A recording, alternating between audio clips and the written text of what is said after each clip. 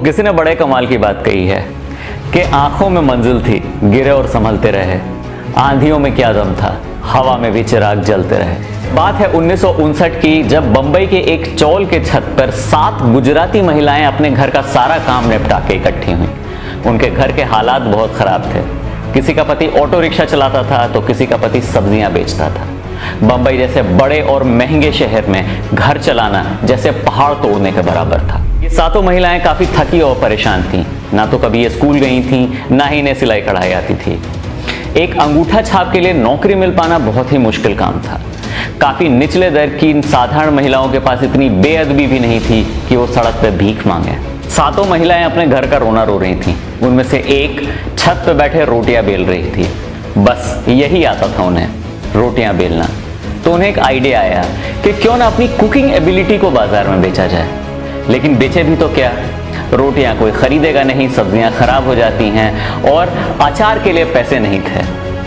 बहुत मंथन करने के बाद ये महिलाएं पापड़ पे आके थमी। आइडिया जच गया। अपना आइडिया लेके वो एक समाज सेवक के पास गई जो कि पास में ही रहा करते थे। नाम था छगनलाल। छगनलाल को उनका आइडिया बेहद ही कच्चा, शिथिल और दुर्बल लगा। लेकिन इन महिलाओं के दृढ़ निश्चय को देखकर छगनलाल ने उन्हें 80 रुपए उधार में दे दिए, एक प्रबल संभावना के साथ कि उनके पैसे वापस नहीं आएंगे।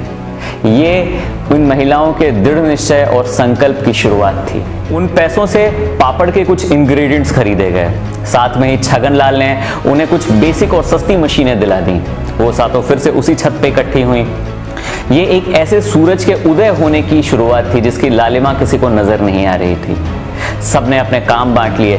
किसी ने मशीन पे अपना हाथ आजमाया, किसी ने पापड़ बेलना चालू किया, किसी ने आटा गूंथना चालू किया। खुशी समेटे नहीं सिमट रही थी। दिन भर की कड़ी मेहनत के बाद 4 पापड़ के कच्चे पैकेट्स बनाए गए। सब एक पास के किराने वाले के पास पहुंची। ये महिलाएं बिल्कुल ही रॉ थीं। न उन्होंने पापड़ की ठीक तरह से पैकेजिंग करी थी, ना ही प्राइसिंग। उन्होंने पापड़ के पैकेट्स किराने वाले को दिए। किराने वाले ने बोला कि कल तक अगर बिकते हैं तो ठीक है, वरना इन पैकेट्स को ले जाना। अब वक्त था इंतजार का, इन पापड़ के पैकेट्स के बिकने का। अगले दिन वो किराना वाला उनके पास पहुंचा। उनके हाथों में एक 8 आने का सिक्का पकड़ा दिया और उसने बोला कि ये पापड़ लोगों को बहुत पसंद आए, और उसने और पापड़ के पैकेट्स की मांग रखी। ये 8 आना उनके लिए 8 लाख के बराबर था। वे खुशी से उछल पड़ी। अगले दिन दोगुने उत्साह के साथ अपने घर का सारा काम निपटाने के बाद उन्होंने और मेहनत करी और इस बार 8 पैकेट्स बने और मुनाफा हुआ 1 रुपए का। स्वर्णिम इतिहास की तरफ एक और कदम। 3 महीनों के ही अंदर वे 7 से 25 हो गईं। लगभग 18 महिलाओं ने उन्हें ज्वाइन किया। उन्होंने कसम खाई थी ना किसी से उधार लेंगी, ना ही कोई डोनेशन। और उन सभी को गाइड करने वाले थे छगनलाल, वही समाज सेवक। चौथे महीनों में उन्हें एक जबरदस्त झटका लगा। बंबई में बारिश शुरू हो गई। उनके सूखते पापड़ गीले हो गए और खराब हो गए। अगले 4 महीनों तक ना तो मौसम सुधरा, ना ही उनके पापड़ सूखे। ये उनके बढ़ते कदम के ऊपर एक जबरदस्त आघात था। फिर छगनलाल ने उन्हें एक सुझाव दिया कि क्यों ना जलते हुए स्टोव के ऊपर एक टोकरी रख के पापड़ को सुखाया जाए। उन्हें आइडिया जच गया। फिर क्या था, धंधा फिर से शुरू हो गया। वैसे भी इन 4 महीनों में लोगों ने उनके पैकेट्स को बहुत मिस किया था। उनके पैकेट्स धड़ल्ले से बिकने लगे।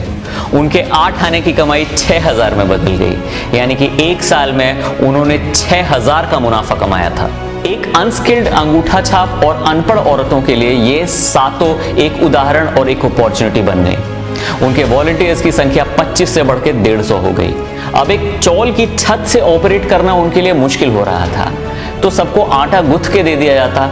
सारी औरतें अपने घर पे पापड़ बेलती और दूसरे दिन इन पापड़ों को वजन करा के वो पापड़ देती और पैसे ले जाती। ये सारी महिला सशक्तिकरण की एक उदाहरण बनने वाली थी। तीसरे साल वॉलंटियर्स की संख्या हो गई 300 और मुनाफा करीब 1,80,000।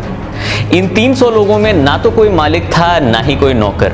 सभी कंपनी के मालिक थे और मुनाफे में अब बराबरी की हिस्सेदारी थी। 1962 में इसका एक नाम पड़ा। नाम दिया गया श्री महिला गृह उद्योग और इसके पापड़ की चर्चाएं दूर दूर तक फैली और पापड़ का नाम पड़ा लिज्जत पापड़। फिर लिज्जत ने कभी पीछे मुड़ के नहीं देखा।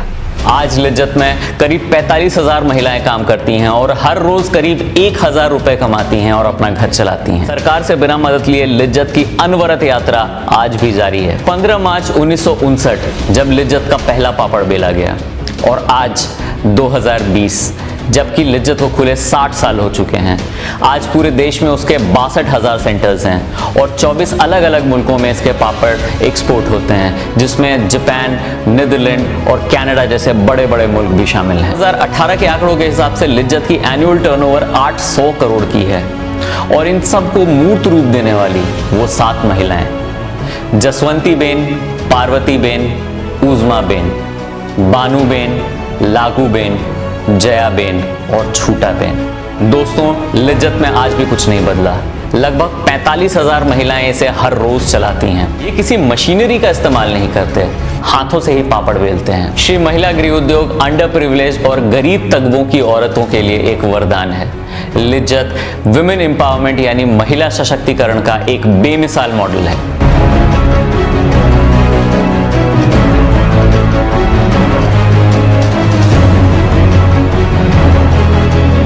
इन दिनों मार्केट में कट थ्रोट कंपटीशन की वजह से ये थोड़ा जूझ रहा है। मैं आप सबसे दरख्वास्त करता हूं कि अगर पापड़ खरीदें तो श्री महिला गृह उद्योग का लिज्जत पापड़ ही खरीदें, जिसकी वजह से 45,000 महिलाओं के परिवार का पेट भरता है। आज उन 7 महिलाओं में से सिर्फ जसवंती बेन ही बची हैं, जो कि आज भी उसी दृढ़ता और संकल्प के साथ काम करती हैं। आज वो 90 साल की हैं।